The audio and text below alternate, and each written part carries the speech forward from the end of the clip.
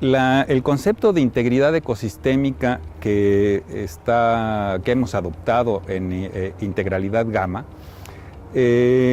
considera una perspectiva que reconoce tres grandes capas de información o de datos y de procesos en realidad que caracterizan y describen cómo es que llega a ser un ecosistema en un lugar determinado. La primera capa es la capa contextual que llamamos, que tiene que ver con las condiciones climáticas de tipo de suelo, material geológico que ocurren en un lugar, y eso lo podemos relacionar con datos y procesos que nos hacen pensar sobre qué cabe esperar que se desarrolle en un lugar determinado. Por ejemplo, en el caso de Jalapa, las condiciones climatológicas, el tipo de suelos que aquí tenemos, hacen que sea propicio para que esperemos que la vegetación arbórea que se establece en estos lugares corresponda con lo que llamamos el bosque mesófilo de montaña, el bosque de niebla. Simplemente por las condiciones de existencia, ¿no? Esta es la capa contextual.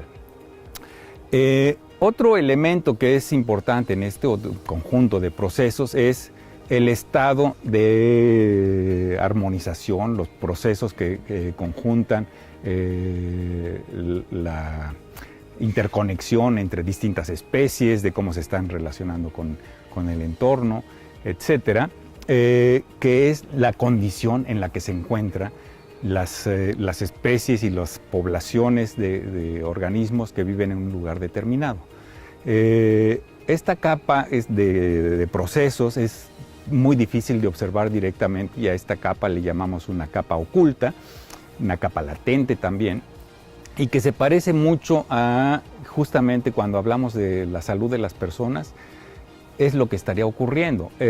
Cuando hablamos de la salud de las personas, en realidad es una apreciación de un montón de cosas que están ocurriendo en el interior del organismo, pero que no observamos directamente.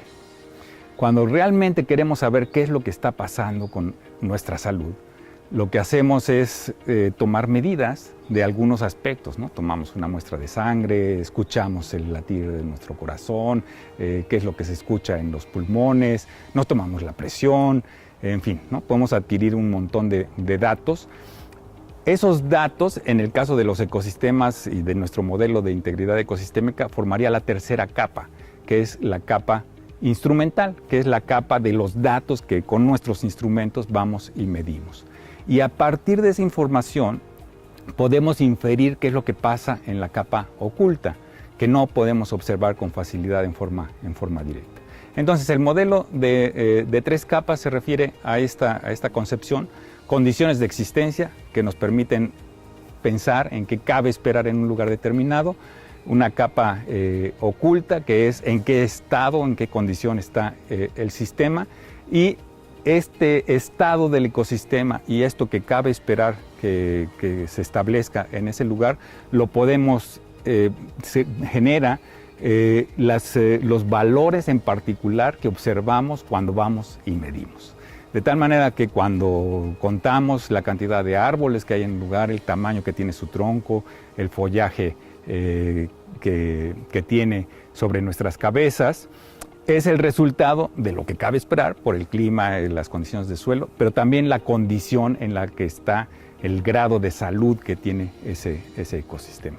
Finalmente, a nosotros lo que nos interesa como una forma de llevar esta información a nuestra apreciación de la relación del ser humano con la naturaleza es generar un índice de en qué condición está el ecosistema, es decir, un índice de la capa oculta del modelo de integridad ecosistémica de tres capas. Y eso lo hemos puesto en mapas que compartimos con todo el mundo.